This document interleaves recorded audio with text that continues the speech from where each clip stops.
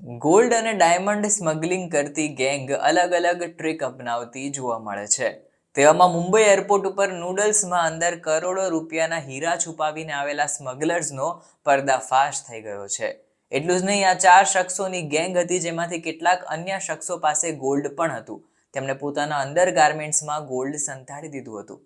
કસ્ટમના અધિકારીઓએ આ ચારેય શખ્સોની ધરપકડ કરી દીધી છે, જેમાંથી તેમની પાસેથી 6.8 kg ગોલ્ડ મળી આવ્યું હતું, જેની માર્કેટમાં અંદાજિત કિંમત 4 કરોડ અને 40 લાખ રૂપિયાની આસપાસ છે. તો બીજી બાજુ એની પાસેથી જે હીરા મળ્યા છે તેની કિંમત પણ માર્કેટમાં 2 કરોડ આસપાસ છે. એટલે કે આ પ્રમાણેની જે સ્મગલિંગનું રેકેટ છે કે જેમાં એક નવી ટ્રીક આવે છે, એમાં નૂડલ્સની અંદર કરોડોના હીરા છુપાવવાની એક વિચિત્ર ટ્રીક સામે આવી છે.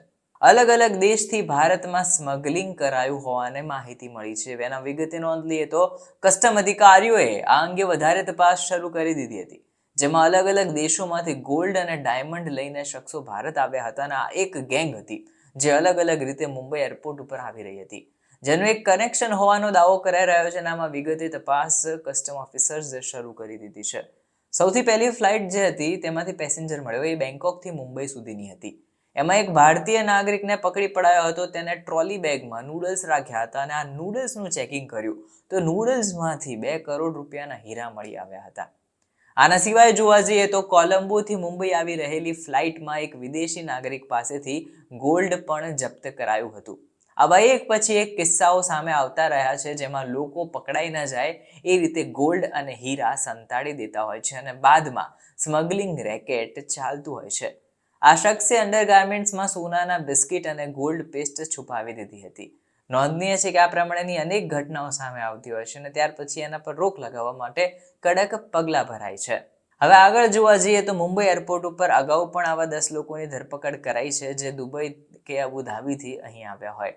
કસ્ટમ અધિકારીએ જણાવ્યું કે આના સિવાય 10 ભારતીય નાગરિકોને પણ દબોચાયા હતા, જેમાંથી 2 એટલે ટોટલ 4 જે હતા તે દુબઈથી અને કેટલાક હતા તે અબુધાબીથી આવ્યા હતા.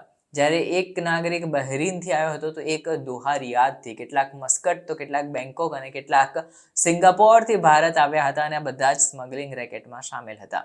આ તમામની તપાસ કરવામાં આવી ત્યારે લગભગ કરોડો રૂપિયાનું સોનું જપ્ત કરાયું હતું. આની અંદાજિત કિંમત નજર કરીએ તો ઓવરઓલ 4 કરોડ આસપાસની થઈ હતી.